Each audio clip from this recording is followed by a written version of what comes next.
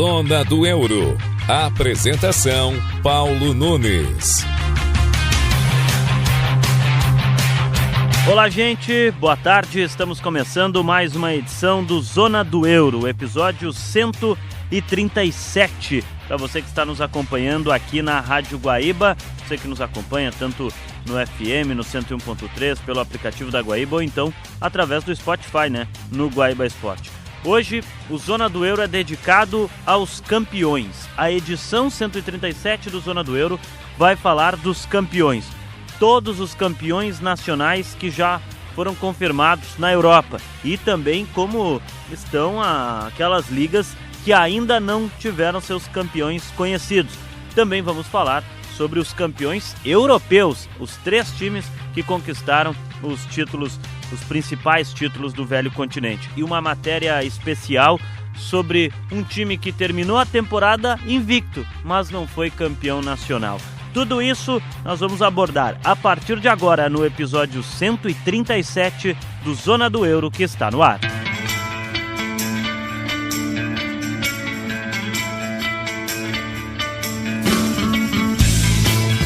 Você nos ouve no FM 101.3, no guaiba.com.br, através também do aplicativo da Rádio Guaíba, o aplicativo que você pode baixar na loja eletrônica do seu celular. Você nos acompanha também no TikTok, Rádio Guaíba. Lá no TikTok você acompanha a gente também por lá.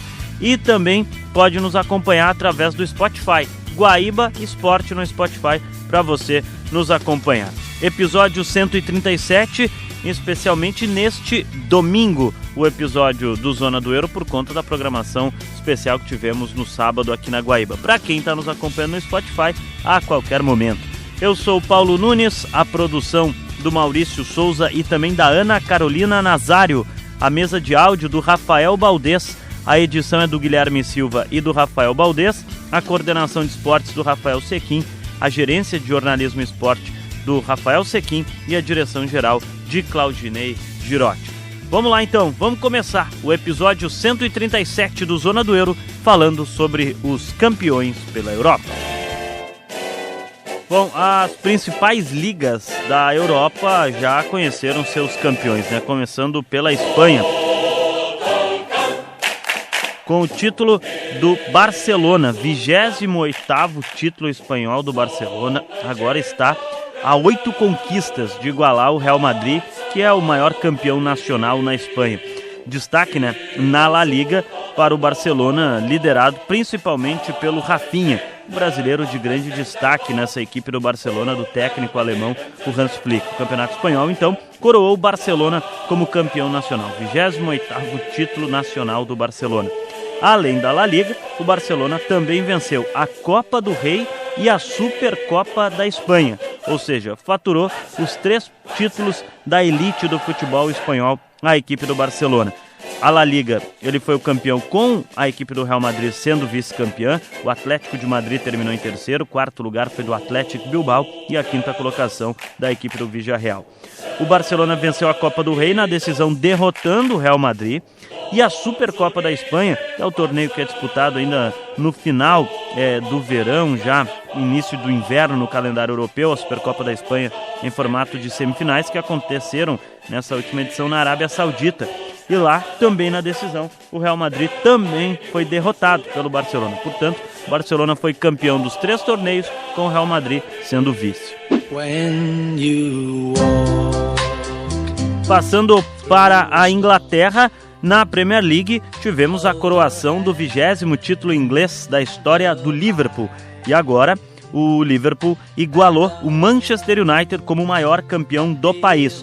Só que, na era Premier League, o Liverpool conquistou apenas o seu 2º título, né? A maioria dos títulos ingleses do Manchester United, por exemplo, são da era Premier League. Do Liverpool é o contrário, a maioria são dos títulos ainda do campeonato inglês sem a existência da era Premier League. Agora com a Premier League são 2 títulos do Liverpool. Ao todo, claro, 20 conquistas de campeonato inglês para o Liverpool, coroando, né, o time do Alisson, do Salah, que fez uma grande temporada, sendo um dos grandes destaques nesse time da equipe do Liverpool. E claro, né, com o seu treinador, né, que chegou no Liverpool e na sua primeira temporada conseguiu ser campeão inglês na temporada de estreia. O Liverpool, portanto, confirmando o seu 20º título inglês da sua história. Lembrando que, além do título do campeonato inglês para o Liverpool, a Copa da Liga Inglesa foi conquistada pelo Newcastle e a Copa da Inglaterra pelo Crystal Palace. E são histórias curiosas, porque o Newcastle não conquistava um título há 70 anos e conseguiu o título da Copa da Liga Inglesa. Inclusive, se fala que vai ter uma estátua para, por exemplo, o Bruno Guimarães, que foi o grande nome desse time. E a equipe do Crystal Palace conquistou seu primeiro grande título na elite do futebol inglês. Time que tem a gerência do presidente que é o dono do clube, que também é o dono do Botafogo, né? O John Textor, do grupo Eagle, que também gera o Lyon. O Crystal Palace derrotou o Manchester City na final em Wembley e foi o campeão da Copa da Inglaterra. Portanto, no futebol inglês, Liverpool campeão inglês pela 20ª vez na história. A Copa da Liga Inglesa ficou com o Newcastle e a Copa da Inglaterra com o Crystal Palace. Passando para o futebol francês, o Paris Saint-Germain foi quem conquistou seu tetracampeonato consecutivo do campeonato francês, sendo o 13º da história do clube na Ligue 1. O time da capital é o maior campeão nacional na França. O PSG tem 4 títulos a mais que o Saint-Étienne, que é o segundo maior vencedor da Liga Nacional no país. A equipe comandada por Luiz Henrique, que depois veio a faturar a Liga dos Campeões para coroar essa temporada 2024-2025, também faturou a Copa da França e o Troféu dos Campeões da França. Tudo isso na conta do Paris Saint-Germain, o que dá para dizer, né, que o Paris Saint-Germain de Luiz Henrique conseguiu finalmente nessa temporada, não só a Liga dos Campeões, mas a tríplice coroa. Daqui a pouco a gente vai aprofundar mais sobre esse título de Liga dos Campeões do Paris Saint-Germain. Mas no futebol francês, todo ele dedicado títulos ao Paris Saint-Germain, que foi o dono da festa na França. Agora a gente muda e vai para a Itália, onde o Napoli conquistou seu 4º scudetto da sua história no campeonato italiano. O Napoli foi a grande surpresa da temporada. O Napoli, comandado por Antônio Conte, conseguiu ser tetracampeão nacional. O Napoli, que dentro de campo teve como grande destaque o McTominay, ex-jogador do Manchester United, foi um dos pilares dessa conquista do Napoli. O Lukaku também foi outro destaque nesse campeonato do Napoli. A Copa da Itália, o título ficou com o Bolonha e a Supercopa ficou com a equipe do Milan, que derrotou a rival Inter na decisão. Aliás, a Inter, que foi vice-campeã europeia, né, perdendo de 5-0 para o Paris Saint-Germain na grande decisão, perdeu também para o Milan a decisão da Supercopa da Itália, que aconteceu também na Arábia Saudita, e foi vice-campeã italiana, né? Na última rodada precisava torcer para a derrota do Napoli, o que não aconteceu. O Napoli foi o campeão nacional e a Inter ficou em segundo lugar. E a Copa da Itália, o grande destaque é para o título do Bolonha, que há muito tempo não conquistava um troféu. Foi o campeão da Copa da Itália, o grande destaque também na temporada. Então, portanto, na bota, Napoli campeão italiano, entrando na galeria dos tetracampeões nacionais, o Bolonha campeão da Copa Itália e a Supercopa com a equipe do Milan. Bom, chegamos na Alemanha, onde o Bayern de Munique voltou a ser campeão nacional. O maior vencedor da Bundesliga conquistou seu 33º título nacional. É o maior campeão do país, retomou a taça, que teve até a sua hegemonia de 11 anos consecutivos interrompidos na temporada passada, quando o Bayer Leverkusen foi o campeão, aquele Bayer Leverkusen invicto, comandado por Xabi Alonso.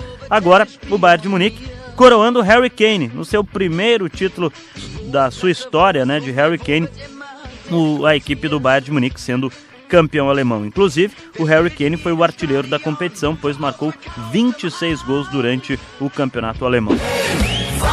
O Stuttgart foi o campeão da Copa da Alemanha pela 4ª vez na sua história, uma taça que o clube não conquistava desde 1997.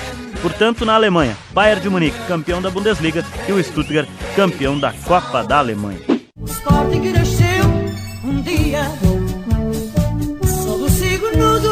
Para fechar ainda as principais ligas na Europa, Em Portugal, o Sporting conquistou o 21º título da sua história no Campeonato Português, sendo o segundo consecutivo, e o Sporting que começou essa campanha do título com o Rubem Amorim como seu treinador, depois ele saiu para o Manchester United, aí o João Pereira assumiu, mas durou apenas um mês no cargo, e o Rui Borges completou a campanha. Victor Gyökeres, com 39 gols em 34 partidas no Campeonato Português, foi o grande nome do time nesta conquista. A Taça de Portugal também ficou com a equipe do Sporting, que não vencia a competição desde 2019. Portanto, Sporting faturou o Campeonato Português e a Taça de Portugal nessa temporada.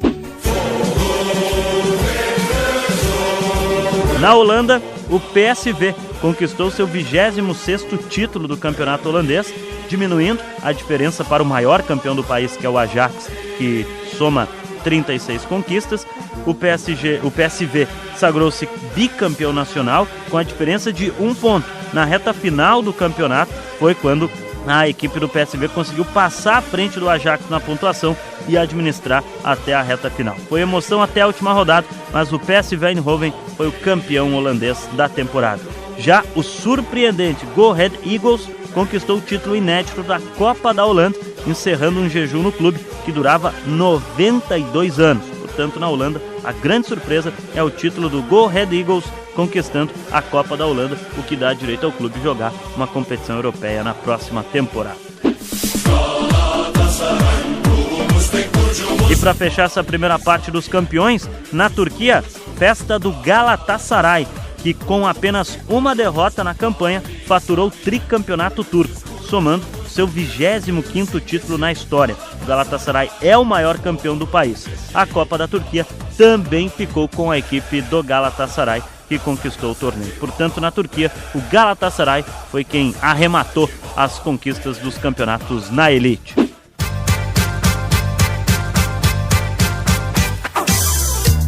Agora, a gente dá uma pausa aqui no Zona do Euro, no episódio 137, com os campeões nacionais pela Europa, e vamos destacar o campeão europeu. A Ana Carolina Nazário vai chegar aqui com a gente para falar um pouquinho sobre o título europeu inédito do Paris Saint-Germain. Tudo bem, Paulo? Pois é, o PSG conquistou um título inédito de Liga dos Campeões. A gente fez o Zona do Euro na semana passada. Transmitimos, aqui a final da Liga dos Campeões, o 5-0 do PSG em cima da Inter de Milão. Mas agora a gente vai relembrar um pouquinho da trajetória dele na competição e também alguns apontamentos, curiosidades após essa vitória. Bom, vamos lá então. Como é que foi? A Liga que foi diferente, né? A Liga dos Campeões não teve mais a fase de grupos, com a fase de ligas. Então o Paris Saint-Germain cumpriu 8 jogos, 4 em casa e 4 fora na primeira fase para tentar a classificação ou aos playoffs ou então direto às oitavas de final. Isso mesmo, apesar da conquista do título, a trajetória do PSG não foi nem um pouco fácil, Por conta desse outro formato, assim como ele, Real Madrid e Manchester City foram alguns times que no período da classificação, naquela zona de classificação, se complicaram um pouquinho. Na primeira rodada, o PSG venceu o Girona por 1-0. Falha do Gazzaniga, senão nem ia ganhar. Na segunda rodada, jogou contra o Arsenal, perdeu por 2-0. Esse confronto que foi uma das semifinais dessa edição, Eles se reencontraram depois na semifinal, em que o PSG levou a melhor, Na terceira rodada, eles empataram com o PSV. Na quarta rodada, perderam de 2-1 para o Atlético de Madrid. De virada, tomando gol no último lance do jogo. E aí, esse empate com o PSV e a derrota para o Atlético de Madrid, 2 jogos em casa, foi onde deixou o Paris Saint-Germain na obrigação de resultados melhores mais adiante, Sim, e eles que tinham essa obrigação de vencer, na rodada seguinte não conseguiram obter esse resultado. Eles perderam por 1-0 para o Bayern e daí sim, ficaram por um fio de ser eliminados. Faltando 3 rodadas para fechar a zona de classificação, eles foram lá para baixo e saíram da zona de classificação para os playoffs que a gente tinha, Era até o 22º colocado, se não me engano. Então eles estavam numa situação bem complicada, porque o penúltimo adversário do PSG nessa fase era o Manchester City. Só que o City também estava se complicando naquela zona na fase classificatória. Então ficou ali os dois meio que ou eles ganhavam ou eles caíam fora. Mas o City, assim como o PSG, tinha alguns adversários um pouco mais fáceis naquela reta final. Depois da derrota para o Bayern, o PSG venceu por 3-0 o Salzburg, daí conseguiu dar uma respirada. Mas ele ainda estava oscilando entre a fase de cair, né, não seguir para os playoffs, e pegando ali as últimas vagas para conseguir disputar os playoffs da Liga dos Campeões. Bom, ganhou do Salzburg, dá para dizer que ganhou asas na competição. Né? Sim, conseguiu dar uma... dona do Salzburg, que é a Red Bull. Uhum. E daí na 7ª rodada, né, faltando apenas uma rodada, já que eram 8 rodadas na fase classificatória, na 7ª eles enfrentam o Manchester City, só que como a gente falou, o Manchester City também precisava vencer, ou ter uma boa atuação, né, porque se o City perdesse, tinha que ou vencer na última rodada para conseguir essa vaga na zona de classificação. E daí o PSG mostrou, acho que foi o primeiro jogo que o PSG mostrou a sua garra dentro de campo e a união da equipe, como a equipe realmente estava interessada em ganhar essa Champions League, né? E pelo menos avançar na competição, que foi a vitória por 4-2 em cima do Manchester City. O Luiz Henrique elogiou muito a atuação da equipe e a postura nesse jogo. Eu lembro que no Zona do Euro nós falávamos sobre essa partida e o teor de decisão. O Luiz Henrique elogiou e disse, de fato, como você falou, que ali ele disse que era que o Paris Saint-Germain tinha que fazer de um marco esse jogo. O jogo venceu em casa, goleou o City e agora tinha que manter a consistência das suas atuações. Exatamente. E também como o PSG tinha um histórico, né, de equipe amarelona, não era considerada uma equipe vencedora, né? Ninguém esperava que ele vencesse esse jogo do Manchester City por conta, né, dessa era que o City vem com o Guardiola, de muitos triunfos, mas essa temporada realmente a gente viu que não foi a do Manchester City, não foi a do Guardiola, né? Uma temporada para esquecer mesmo. Então eles vencem essa partida, mas eles não tinham nada garantido, eles não tinham uma vaga garantida para a disputa dos playoffs e eles precisavam vencer o último jogo para não depender de resultados paralelos. Com isso, eles vencem do Stuttgart por 4-1 e conseguem essa vaga para os playoffs. Jogando na Alemanha, né? E aí fica com a vaga dos playoffs, não fica com a vaga de oitavas de final direto, ou seja, tem que jogar mais 2 jogos no calendário, só que o destino reservou um jogo, ou melhor, um confronto, né, caseiro para o Paris Saint-Germain. Sim, foi um duelo francês contra o Brest, né? Lembrando que não tinha nessa disputa dos playoffs, tipo, o 8º colocado pegava o último, que normalmente acontece, né? Os melhores classificados. Já era pré-definido no sorteio, né? Sim, que os melhores classificados pregam os piores colocados. Então, não tinha isso. Foi um sorteio que aconteceu novamente e a gente pode dizer que o PSG deu sorte. Afinal, teve a partida de ida e de volta e o agregado foi 10-0 para o PSG em cima do Brest. E aí começa a se construir a grande história, né? Oitavas de final, um jogo e tanto. Sim, aqui pra mim foi a virada de chave pro PSG. Aqui eles provaram que eles tinham espírito coletivo, eu acho assim, que eles tinham espírito de vencedor. Porque como eu já disse, eu acho que isso era algo que sempre foi usado contra o PSG, de não possuir uma Champions, de só vencer o campeonato francês, sem ser um time ganhador, também por conta daquela final que perdeu para o Bayern. Como eles não têm esse título de Champions, esse sempre foi a fama que eles tiveram. Então eles nunca eram os favoritos, mesmo já eles terem feito quase uma reviravolta ali na fase classificatória, o Liverpool era total favorito para vencer esse confronto, até porque o Liverpool passa em primeiro ou segundo colocado? Segundo colocado. Não, desculpa, primeiro, né? Primeiro. Ele passa em primeiro da fase classificatória e não precisa disputar os playoffs, ele vai direto, ou seja, também menor sequência de jogos e estava relativamente bem ali na Premier League, não tinha desgastes nem nada. E na partida de ida, o PSG perde por 1-0 pro Liverpool. A capa do L'Équipe no dia seguinte a esse jogo é elogiando a atuação do Paris Saint-Germain e exaltando o Alisson, que foi o cara que evitou o Paris Saint-Germain de fazer um gol, porque foi um massacre pro Paris Saint-Germain em finalizações. Sim, foi algo, 6 defesas de chute a gol. 6 defesas difíceis, mais de 12 finalizações no gol contra o Alisson. Eu tô lembrando de cabeça, assim, exato. Eu lembro da capa do L'Équipe com a foto do Alisson e no fundo os jogadores do Paris Saint-Germain com aquela cara de que, poxa, hoje não deu. E o Liverpool conseguiu ganhar. Sim, mas foi por aí mesmo, né? E em contrapartida, na partida de volta, o nome do jogo foi o Donnarumma, né? E foi o goleiro do Paris Saint-Germain, né? E a capa do L'Équipe também, que aliás no Instagram o L'Équipe fez, depois que o Paris Saint-Germain ganhou a Liga dos Campeões, fez um remember de todas as capas do jornal pós-jogo do Paris Saint-Germain na Liga dos Campeões. E a capa do jogo da volta é quase que botando São Donnarumma, que brilhou para a classificação. Sim, exatamente. E então a gente pode dizer que foram 2 confrontos com destaques para os goleiros, né? Até porque foram placares magros. O primeiro jogo, o PSG perde para o Liverpool de 1-0, e daí o PSG vence o tempo normal lá em Anfield por 1-0 e o agregado fica 1-1. Então a disputa vai para os pênaltis, que o Liverpool faz uma péssima atuação, não desmerecendo o PSG, mas foi uma atuação realmente bem abaixo do Liverpool na cobrança dos pênaltis. Então o PSG se classifica para as quartas de final. E ali foi a virada do time para, ok, tiramos, além do Liverpool, o Barcelona era o favorito, nós temos chance, nós estamos vivos e nós vamos brigar por essa conquista. Derrubou o principal time da Europa, um dos principais naquele momento da temporada. E as quartas de final também faz o Paris Saint-Germain voltar à Inglaterra, né?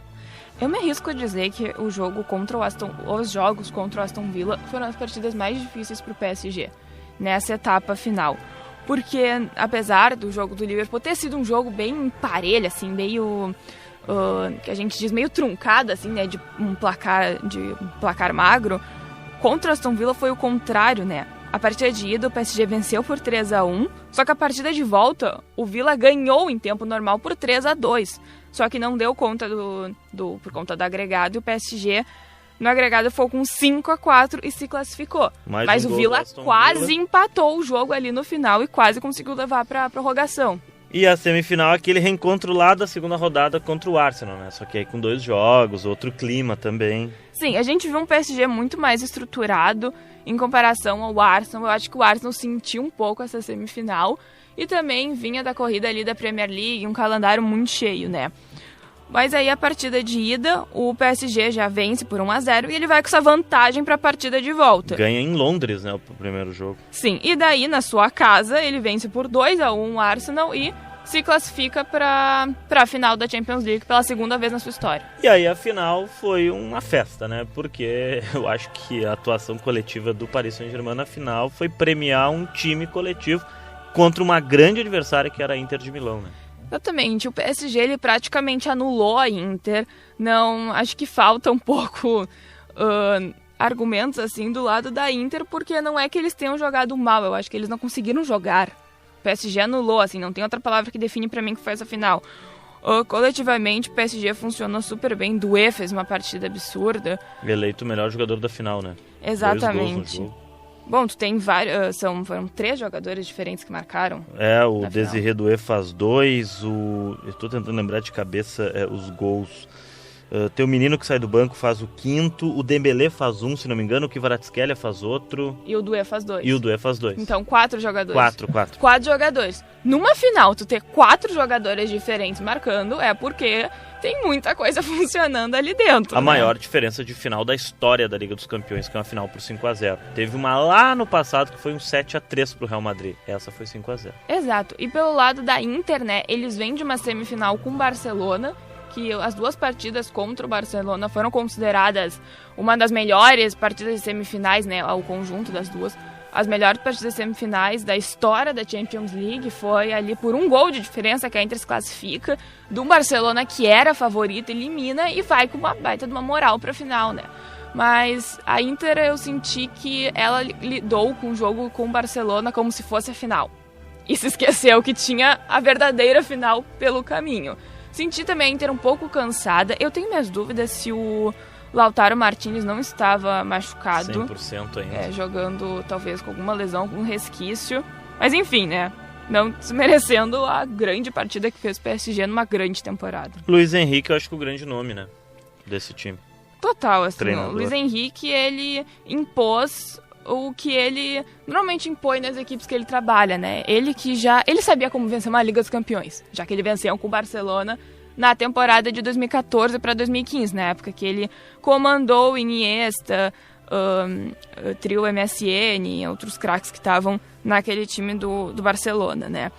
E daí ele vai pro PSG após passar por aquele drama pessoal na vida dele, da morte da filha Shana por um câncer ósseo, que inclusive, né, isso foi super comentado depois, porque a torcida do PSG homenageou ele, né? Ou seja, a torcida também fez questão de ressaltar o esforço que ele teve, né? Essa luta pessoal que ele enfrentou e que ele passou para os jogadores ali, né? ele trouxe um espírito vencedor para um time totalmente desacreditado, com fama de amarelões, de que não, sempre amarelavam no final mesmo, batia né? na trave e não dava, né? Que nunca eram favoritos pro confronto. É sempre, o PSG vai perder, não vai vencer. Então ele impôs isso e a gente viu um trabalho coletivo absurdo, assim, um PSG que eu nunca vi jogar tão bem, que foi o PSG sem estrelas, né? Saída de Messi, de Neymar, de Mbappé, a virada de chave pra mim é do Mbappé, né? Ele sai em julho de 2023. De 24. De 24. 23 o Neymar. 23 o Neymar, 24 o Mbappé. Antes tinha sido o Messi. E aí, o Paris Saint-Germain parece que consegue jogar coletivo, né? Coletivo sem uma grande estrela, embora tenha grandes jogadores nesse time. Luiz Henrique conquistou a segunda tríplice coroa, né, na história como treinador. Igualou o Pep Guardiola, os dois têm tríplices coroas, uma cada pelo Barcelona, Luiz Henrique pelo PSG e o Guardiola tem uma pelo City. E chegou, né? O Luiz Henrique chegou em julho de 23 e aí montou todo esse time. Gutierrez Santos vai chegar com a gente agora aqui no Zona do Euro para falar um pouquinho sobre o Dembélé, que foi eleito o melhor jogador da Liga dos Campeões da Europa da edição 2024/25. Chega mais, Guti. Um pouco polêmico, né? Polêmica, tu acha? Acho um pouquinho polêmica. Não sou eu, né? A mídia mundial achou. Pois é, foi pro Dembélé. Estou sozinha nessa. E aí, Guti, foi pro Dembélé, tá de bom tamanho? Tudo bem, Paulo, Ana, todo mundo ligado no Zona do Euro, sempre um prazer participar do programa, né? Depois de um trabalho muito bom que a gente fez na final da Champions, a vitória já bem dissecada por vocês aqui no Zona do Euro, vitória indiscutível, né? O placar até me permite ser preguiçoso na análise, né? 5-0, vou dizer o quê? Não foi circunstancial, não foi sem querer, não foi um azar da Inter, né? Foi sim qualidade e superioridade indiscutíveis. E aí, claro, né? Quando a gente tem grandes competições assim, com grandes jogadores inclusos, né? Trabalhando nessas grandes competições, a gente começa a querer ver quem são os melhores, seja daquela competição, ou bola de ouro, o melhor do mundo da FIFA. E teve essa escolha do Dembélé para melhor da Champions. E não é assim uma coisa simples só porque ele ganhou a Champions, viu, gente? Eu sei que alguém vai dizer que o Yamal foi melhor, o Rafinha, até entraram, na verdade, né, na seleção, tem um 11 da Champions, em que tá também o Doué, se alguém sentir falta, e acho que tá de bom tamanho. Lamine Yamal, Rafinha, Dembélé e Doué são realmente, né, os melhores jogadores. Declan Rice, Vitinha, Nuno Mendes, dá pra ver que tem muitos jogadores do PSG. Aquele jogador brasileiro, né, que ninguém gosta, que acha que é muito fraco, o Marquinhos tá na seleção da UEFA Champions League, mas a gente tá aqui para falar mesmo do Ousmane Dembélé.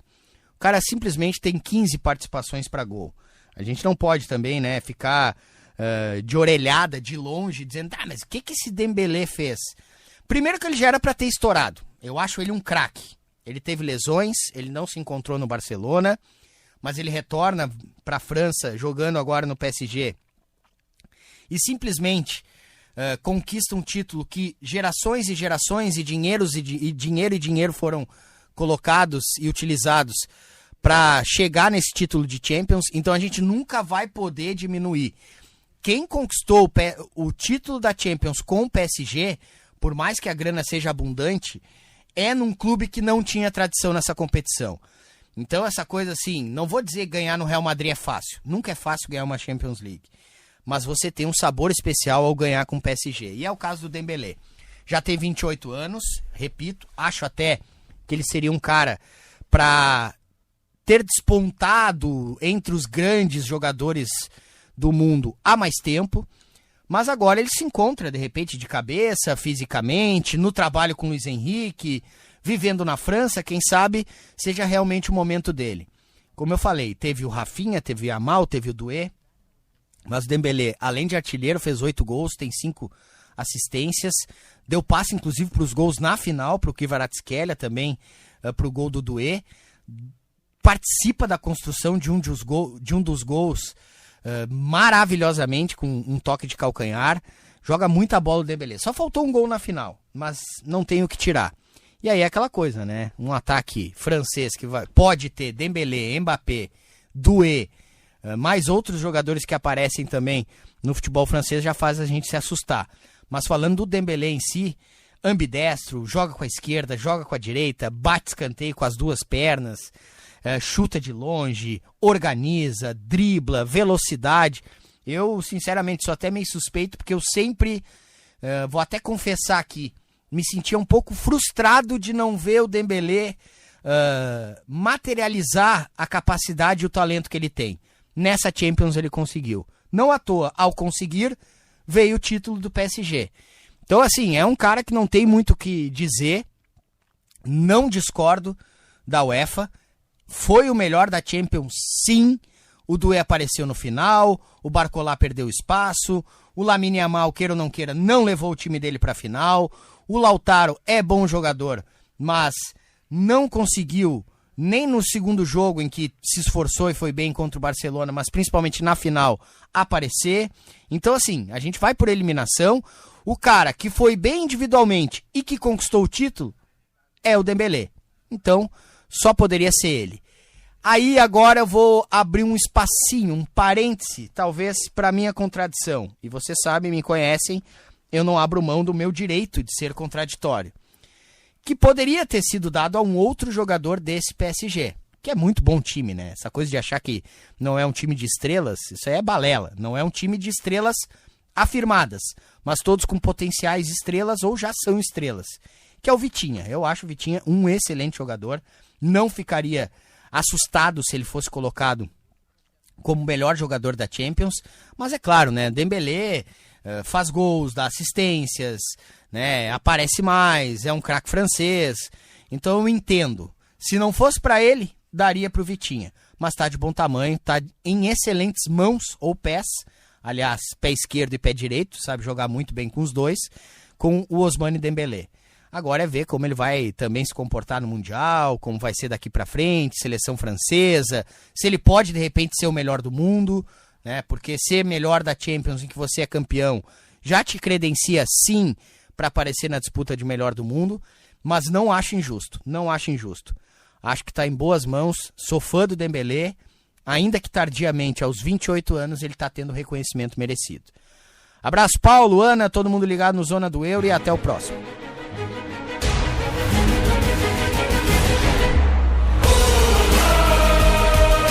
Na Liga Europa, título inglês em uma final inglesa, Ana. Exatamente, uma final que eu acho que para todo mundo ia ser um grande duelo inglês, ia ser um clássico. A gente esperava muito mais das duas equipes, porque são duas equipes que vinham de uma escassez de títulos, né? O Manchester United vem de temporadas abaixo, de um time que tem muita história, é o maior vencedor da Premier League, vem sem conseguir grandes conquistas, então a gente esperava que também, assim como o Tottenham, né, que há 17 anos não vencia um título, eles viriam com muito mais garra, com muito mais vontade, né? Mas realmente a final foi abaixo do que o torcedor esperava. O Tottenham vence por 1-0 o Manchester United, a final que aconteceu lá na Espanha, e quem marcou o único gol da decisão foi Brennan Johnson. Brennan Johnson, o nome da decisão para o Tottenham, que foi o campeão da Europa League, vai jogar a Supercopa da UEFA no próximo ano, na próxima temporada, agora em agosto, contra o Paris Saint-Germain. E a Conference League, o título também inglês. O Chelsea fez 4-1 no Betis. Aconteceu o favoritismo, né? O Chelsea tinha o maior investimento da Conference League. Mas todo mundo esperava uma final um pouco mais equilibrada ali. Sim, esperava um pouco. Não uma goleada. Até virou 1-0 pro Betis, né? Mas no segundo tempo o Chelsea deslanchou. Era o favorito, é de outra turma, na verdade, o Chelsea, mas estava na Conference League e foi o campeão, derrotando o Betis por 4-1. Ana Carolina Nazário com a gente aqui no Zona do Euro, falando dos campeões pela Europa. Obrigado, Ana. Eu que agradeço, sempre bom estar aqui comentando e falando muito de futebol europeu. Na próxima semana tem mais com a Ana Carolina Nazário. Você está acompanhando na Rádio Guaíba o episódio 137 do Zona do Euro, episódio que está tratando os campeões nacionais pela Europa. Já falamos das principais ligas, agora vamos seguir viajando pela Europa. Já falamos também dos títulos continentais, dos 3 campeões da Conference League, da Liga Europa e também da Liga dos Campeões. Agora a gente vai seguir a nossa lista dos campeões nacionais na Europa. Pois na Escócia, o Celtic conquistou seu 55º título do campeonato escocês, igualou seu maior rival, o Rangers, em número de conquistas. É o tetracampeonato consecutivo do clube. A Taça da Liga também foi conquistada pelo Celtic nessa temporada. E a surpresa vai na Copa da Escócia, pois o campeão foi o Aberdeen, que derrotou o Celtic na decisão e conquistou pela 8ª vez a Copa da Escócia, título que o clube não conquistava desde 1990. Na Bélgica, uma grande surpresa no cenário nacional. O campeão da Liga Belga foi o surpreendente Union Saint-Gilloise. Conquistou seu 12º título da Liga Belga, mas o clube não era campeão nacional desde 1935. A Taça da Bélgica ficou com o Bruges, um dos clubes mais populares do país, que não vencia essa competição desde 2015. Foi a 12ª conquista do Clube Bruges, que derrotou o rival Anderlecht na decisão da Taça da Bélgica. Mas a grande surpresa e o destaque é para o título nacional, que foi do Union Saint-Gilloise, sendo pela 12ª vez campeão do campeonato belga.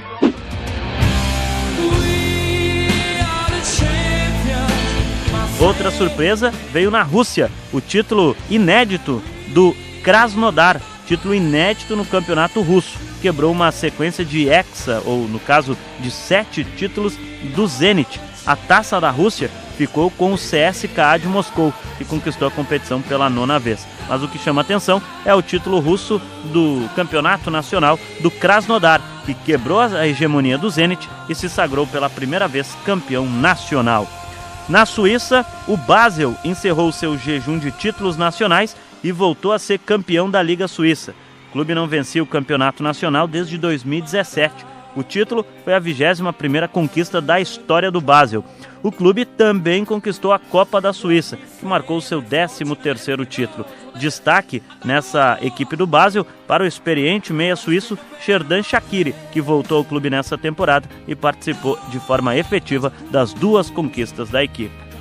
Na Grécia, o Olympiacos voltou a ser campeão grego, que não acontecia desde 2022. O título foi o 48º da história do clube no campeonato nacional. O Olympiacos além de ser a maior torcida da Grécia, também é o maior vencedor do campeonato grego. O clube também faturou a Copa da Grécia, o que soma 28 conquistas da Copa e 48 da Liga Nacional. Já na Croácia, outra surpresa. Com empate em pontos, o critério de desempate que definiu o título do campeonato croata foi o saldo de gols. Foi no critério de desempate e o Rijeka quebrou a sequência de heptacampeonatos nacionais seguidos do Dinamo Zagreb e sagrou-se campeão nacional. Foi a 2ª conquista da história do Rijeka, pois o clube havia conquistado o campeonato croata na outra oportunidade em 2017. O 2º lugar ficou com o maior campeão do país, o Dinamo Zagreb. O Rijeka também faturou a Copa da Croácia, sendo a grande surpresa por lá.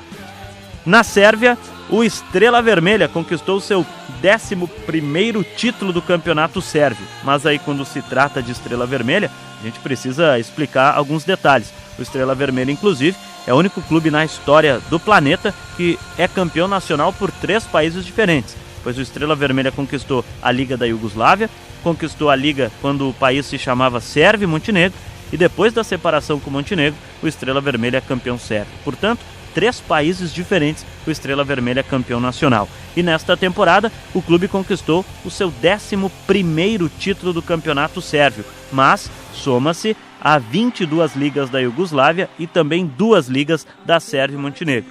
O clube também faturou a Taça da Sérvia nessa temporada. O Estrela Vermelha é um dos clubes mais populares da Sérvia e o único do leste europeu, um dos únicos, né? Tem o Steaua Bucareste também, que é a equipe da Romênia. O Estrela Vermelha, junto com o Steaua Bucareste, no leste europeu são os únicos que conquistaram Liga dos Campeões. O Estrela Vermelha tem uma. Portanto, nessa temporada, Estrela Vermelha na Sérvia faturou o Campeonato Sérvio e também a Taça da Sérvia. E para fechar essa segunda parte dos campeões nacionais aqui no Zona do Euro, na República Tcheca, o Slavia Praga conquistou pela 8ª vez a Liga da República Tcheca, mas também, como Estrela Vermelha, soma-se a 14 ligas, neste caso, da Tchecoslováquia. Portanto, o clube, que é um dos mais populares do país, chegou à sua 24ª conquista nacional, conquistando a Liga da República Tcheca. O Sigma Olomouc ficou com o título da Copa da República Tcheca pela 3ª vez na sua história.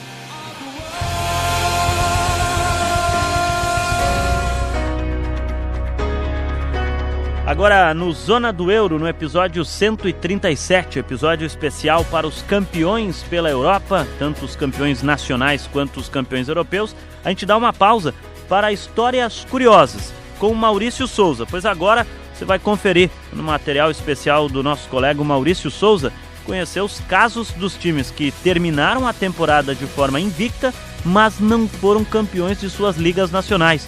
O caso mais recente ocorreu nesta temporada lá na Europa e o Maurício Souza vai contar pra gente. Pois é, né, Paulo? Permanecer invicto no futebol nem sempre é um sinônimo de vitória, de glória, né? A história ela é feita por vencedores, mas também há casos em que nem mesmo a ausência de derrotas garante um lugar no topo. E é o que aconteceu com o Sheriff, clube moldavo que não perdeu nenhum jogo na temporada 2024-2025, mas mesmo assim não conquistou um campeonato nacional. E inspirado nesse feito inusitado, nós, aqui do Zona do Euro, reunimos outros casos em que clubes encerraram as suas temporadas de forma invicta, mas terminaram sem a faixa no peito, sem nenhuma faixa de campeão. E é com esses exemplos espalhados pelo tempo e também pelo continente, acessamos uma máquina do tempo para estar voltando e relembrando cada uma dessas campanhas frustrantes, querendo ou não, né? Que acabaram entrando para a história não pelos títulos, mas pelo inusitado feito de uma invencibilidade sem uma conquista. Bom, o primeiro clube então é o Benfica de Portugal. A temporada de 1977-1978 do Campeonato Português trouxe um dos casos mais emblemáticos da história do futebol. O Benfica terminou a competição sem perder nenhum jogo, mas viu a taça escapar. Isso porque o Porto, com uma única derrota, terminou com o mesmo número de pontuação na tabela daquele ano. O critério de desempate da época era o saldo de gols e acabou favorecendo a equipe do Porto, que tinha 15 gols a mais. Resultado final, o invicto Benfica acabou com um frustrante vice-campeonato português. Bom, o segundo caso é o Perugia, da Itália. Em 1978-1979, ou seja, ocorreu um ano depois dessa história do Benfica. E foi a vez do futebol italiano virar essa mesma ironia.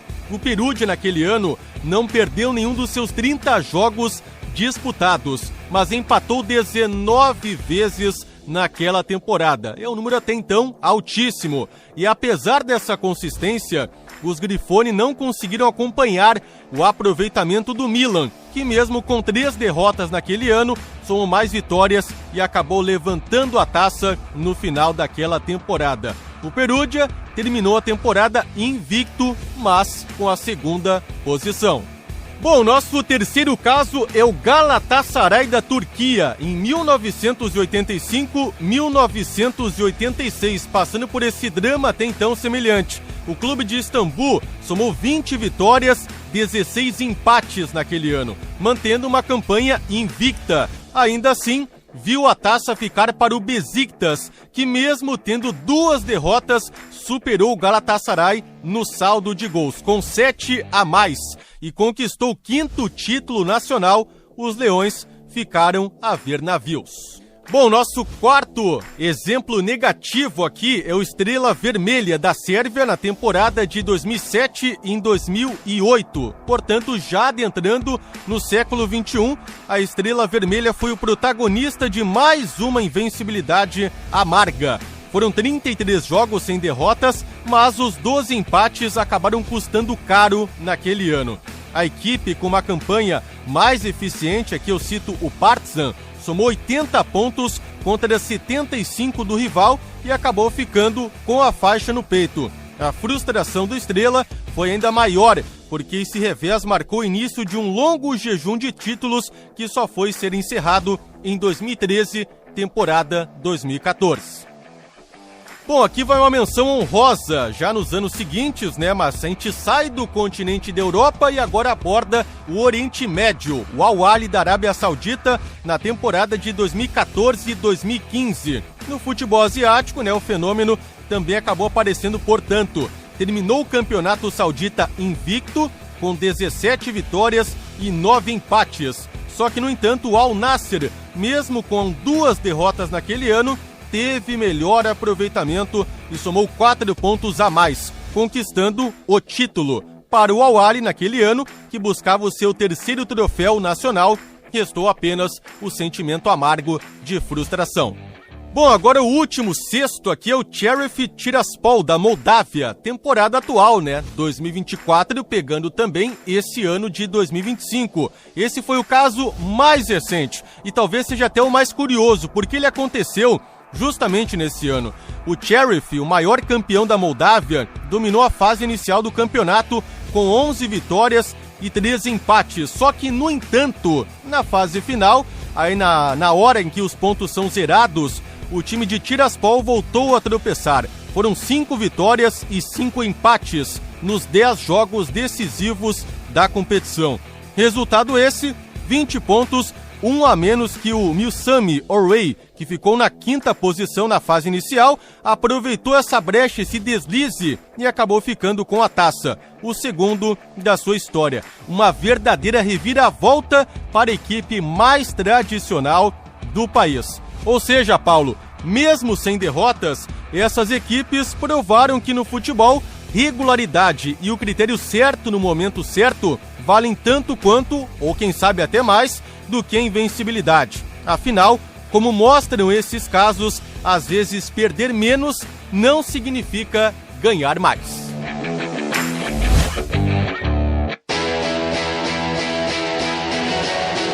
Curiosos esses casos dos campeões, dos invictos não campeões na Europa, né? Porque chama atenção sempre que alguém é campeão de forma invicta.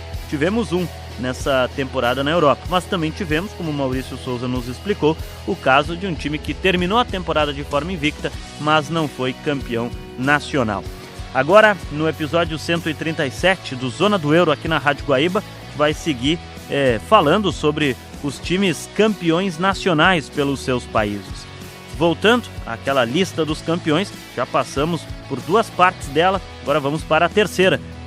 Pois na Áustria, o Sturm Graz conquistou seu 5º título da Bundesliga austríaca, sendo o bicampeonato consecutivo do clube, né? O Sturm Graz havia conquistado na temporada passada o campeonato austríaco, voltou a ser campeão mais uma vez.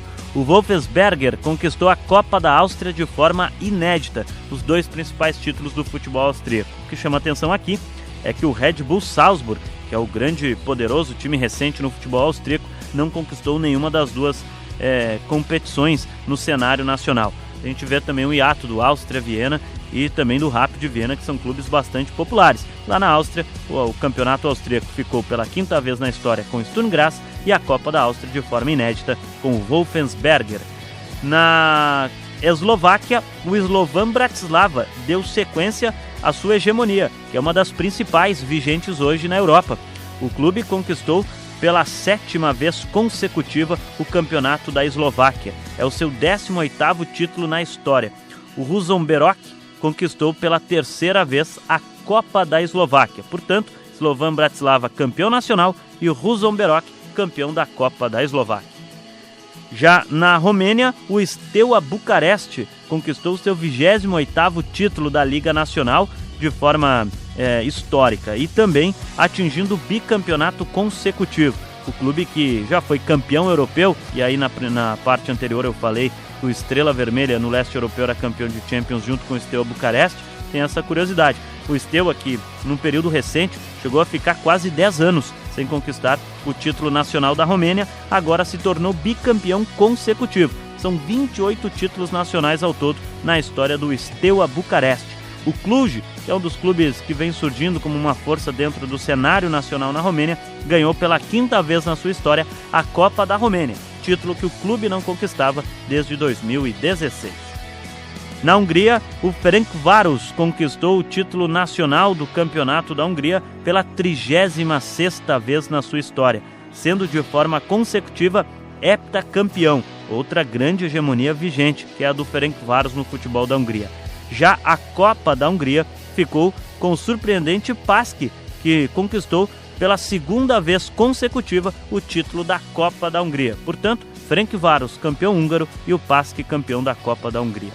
Na Dinamarca, o Copenhague conquistou seu 16º título nacional. A Copa da Dinamarca também ficou com a equipe do Copenhague. Copenhague é o principal clube dinamarquês, tem 16 títulos da Dinamarca e conquistou também a Copa da Dinamarca nesta temporada. Em Israel, o Maccabi Tel Aviv conquistou pela 25ª vez o título nacional. É o maior campeão do país e, de forma sequencial, é o bicampeonato da equipe. A Taça de Israel ficou com o Hapoel Beersheva, que conquistou pela 4ª vez na sua história a Copa de Israel. Portanto, por lá, Maccabi Tel Aviv conquistou o bicampeonato nacional do Campeonato de Israel. E agora a gente destaca na Bulgária o que é a maior hegemonia vigente hoje na Europa. O Ludogorets conquistou mais uma vez, pela 14ª vez consecutiva, o título do Campeonato Búlgaro. É a principal hegemonia vigente na Europa, essa sequência de títulos do Ludogorets, que tem 14 títulos nacionais, os 14 conquistados de forma consecutiva. O CSKA Sofia é o maior campeão do país, com 36 títulos. O segundo maior vencedor é o Levski Sofia, com 26 conquistas. O Ludogorets também faturou nesta temporada, pela 4ª vez na sua história, a Copa da Bulgária. No Azerbaijão, o Karabag conquistou pela 11ª vez o título da Liga Nacional, o que foi o 4º título consecutivo do clube. Tetracampeão nacional, portanto, a equipe do Karabag. O Sabah conquistou seu primeiro título da história, sendo a Copa do Azerbaijão. Na Polônia, o Lech Poznan voltou a ser campeão polonês. O título marca a 9ª conquista na história do clube. A equipe quebrou um jejum que não vencia o campeonato nacional desde 2022. O Legia Varsóvia, um dos clubes mais populares do país, faturou a Copa da Polônia pela 21ª vez na sua história. Já no Chipre tivemos campeão inédito. O Pafos conquistou de forma inédita e surpreendente a Liga Cipriota. A Copa do Chipre ficou com a equipe do AEK Larnaca, que derrotou o Pafos nos pênaltis. Portanto, Pafos campeão cipriota e o AEK Larnaca campeão da Copa do Chipre. Nas ligas menores, ainda tivemos o Olimpia Ljubljana faturando pela 4ª vez na sua história a Liga Nacional da Eslovênia e a Copa da Eslovênia ficando com o Celje. O Zrinski Mostar conquistou pela 9ª vez a Liga da Bósnia e o Noa conquistou o título inédito na Armênia. O Denil Sentes conquistou a Liga do País de Gales, sendo tetracampeão consecutivo. O título é o 17º da história do clube. Lembrando que os principais clubes do país disputam as divisões de futebol na Inglaterra. Portanto, o Denil Sentes é o campeão no País de Gales. O Linfield voltou a ser campeão na Liga da Irlanda do Norte. O clube é o maior campeão nacional da história, 57 conquistas. Também é o clube europeu com mais títulos na história de uma liga nacional. Essas 57 conquistas. Nenhum outro clube no mundo tem 57 títulos nacionais. O Linfield conquistou seu 57º nesta temporada na Liga da Irlanda do Norte. O Milsami Orei conquistou a Liga da Moldávia pela 2ª vez na sua história. Título que não vinha para o clube desde 2015. O Harun Spartans conquistou o título na Liga de Malta, é o tricampeonato nacional, sendo o 11º na história do clube. Já o Skandia voltou a ser campeão da Liga da Macedônia do Norte. A equipe não vencia desde 2021. Foi a 5ª conquista da história do Skandia. O Differendanje conquistou o bicampeonato nacional em Luxemburgo. Seus 2 títulos na sua história ocorreram de forma consecutiva, na temporada passada e agora mais uma vez. O Egnatia é bicampeão na Albânia, seus 2 títulos na história são também de forma consecutiva. O Egnatia manteve a hegemonia, foi campeão ano passado, campeão agora novamente. O Drita conquistou pela 3ª vez na sua história a Liga do Kosovo. Já a Copa do país ficou com o Pristina. O Vaduz conquistou pela 11ª vez na sua história a Copa de Liechtenstein, que equivale à competição de pontos corridos. O Vaduz tem 52 conquistas locais.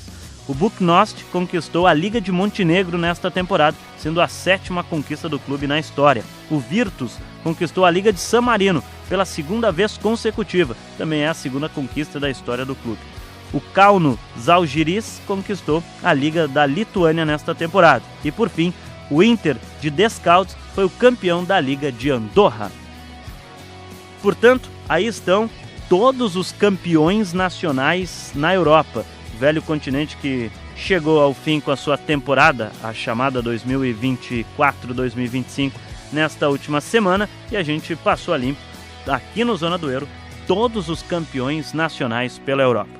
Para fechar a edição 137 do Zona do Euro aqui na Rádio Guaíba, eu quero destacar algumas competições que ainda não terminaram na Europa, pois algumas ligas elas ainda estão em andamento. 10 ligas nacionais na Europa são no formato como é aqui no Brasil, o ano inteiro. Ela não tem aquele formato de metade de uma para metade de outra temporada. São os casos da Noruega, em que a liga está ainda em disputa, embora em pausa agora por conta do Super Mundial de Clube, e o Bodo Glimt é o atual campeão do país e é quem está liderando por lá. Na Suécia, a liga parou na 12ª rodada e o atual campeão Malmo é o líder. Na Letônia, a liga também está em andamento e o Rigas, que é o atual campeão, lidera a competição atualmente. Na Irlanda, o campeonato parou na 19ª rodada e o Shamrock Rovers é quem está liderando o campeonato. A equipe também é o maior campeão do país. A Islândia parou na 10ª rodada e o Vikingur é quem está liderando a competição. No Cazaquistão, a liga está na 11ª rodada e o Kairat é o líder neste momento. Para fechar, as últimas 4 ligas que ainda estão em andamento. Na Finlândia, o campeonato está na 9ª rodada e o Kupus é o líder e atual campeão do país. Na Bielorrússia, ou Belarus, a liga está em andamento e neste momento o Maxlin Vitebsk é o líder após 11 rodadas. O atual campeão do país é o Dinamo Minsk.